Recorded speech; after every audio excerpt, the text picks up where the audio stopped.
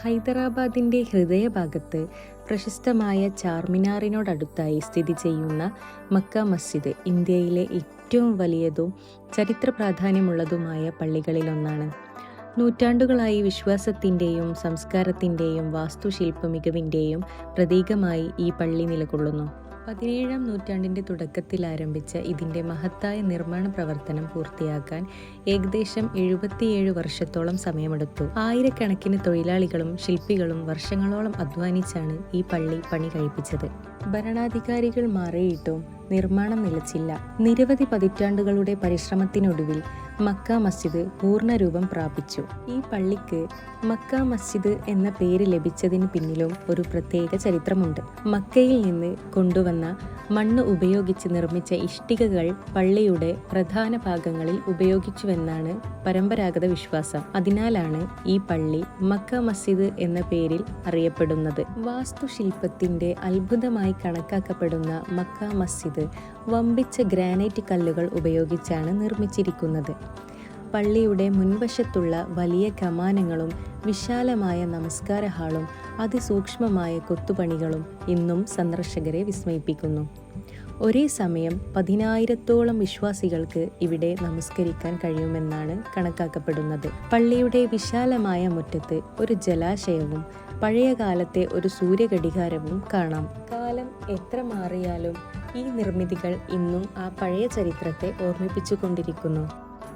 Mecca മസ്ജിദിന്റെ പരിസരത്ത് ചരിത്ര പ്രാധാന്യമുള്ള ശവകുടീരങ്ങളും സ്ഥിതി ചെയ്യുന്നു. വെളുത്ത മാർബിൾ ഉപയോഗിച്ചാണ് പ്രധാന ഖബറുകൾ നിർമ്മിച്ചിരിക്കുന്നത്. 1914 അവസാന നിസാമായ മിർ ഒസ്മാൻ അലി ഖാന്റെ കാലഘട്ടത്തിൽ ഈ ശവകുടീര സമുച്ചയത്തിന് വികസനം നൽകിയതായി രേഖകളുണ്ട്. ഖബറുകൾക്ക് മുകളിൽ കമാനങ്ങളും ചെറുമിനാരങ്ങളും ചേർന്ന ദക്കൻ ഇസ്ലാമിക് ശൈലിയിലുള്ള നിർമ്മാണ രീതിയാണ് ഉപയോഗിച്ചിരിക്കുന്നത്. എന്നാൽ ഈ മഹത്തായ പള്ളി ഒരു ദുരന്തത്തിനും സാക്ഷിയായിട്ടുണ്ട്.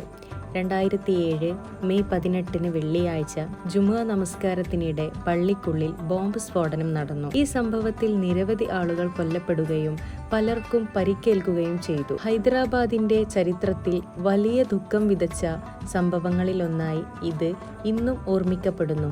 മക്ക മസ്ജിദുമായി ബന്ധപ്പെട്ട ചില വിശ്വാസങ്ങൾ ഇന്നും നിലനിൽക്കുന്നുണ്ട്. മുറ്റത്തുള്ള കല്ല് ബെഞ്ചുകളിൽ ഇരുന്നാൽ വീണ്ടും ഒരിക്കൽ ഇവിടെ എത്താൻ ഭാഗ്യം ലഭിക്കുമെന്നൊരു പ്രാദേശിക വിശ്വാസം നിലവിലുമുണ്ട്. ഇന്ന് മക്ക മസ്ജിദ് ലോകത്തിന്റെ വിവിധ ഭാഗങ്ങളിൽ നിന്ന് എത്തുന്ന സന്ദർശകരെയും വിശ്വാസികളെയും ഒരുപോലെ ആകർഷിക്കുന്നു. ചിലർ പ്രാർത്ഥനയ്ക്കായും ചിലർ ചരിത്രം അറിയാനായും ചിലർ ഈ അത്ഭുതമായ വാസ്തുശില്പ സൗന്ദര്യം ആസ്വദിക്കുവാനായും ഇവിടെ എത്തുന്നുണ്ട്.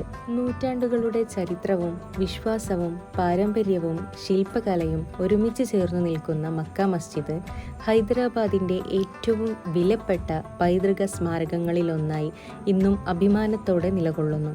ഇത് ഒരു പള്ളി മാത്രമല്ല, കാലത്തിൻ്റെ അനേകം കഥകൾ തൻ്റെ ചുമരുകളിൽ സൂക്ഷിച്ചുകൊണ്ടിരിക്കുന്ന ഒരു ജീവിച്ചിരിക്കുന്ന ചരിത്ര സ്മാരകമാണ്.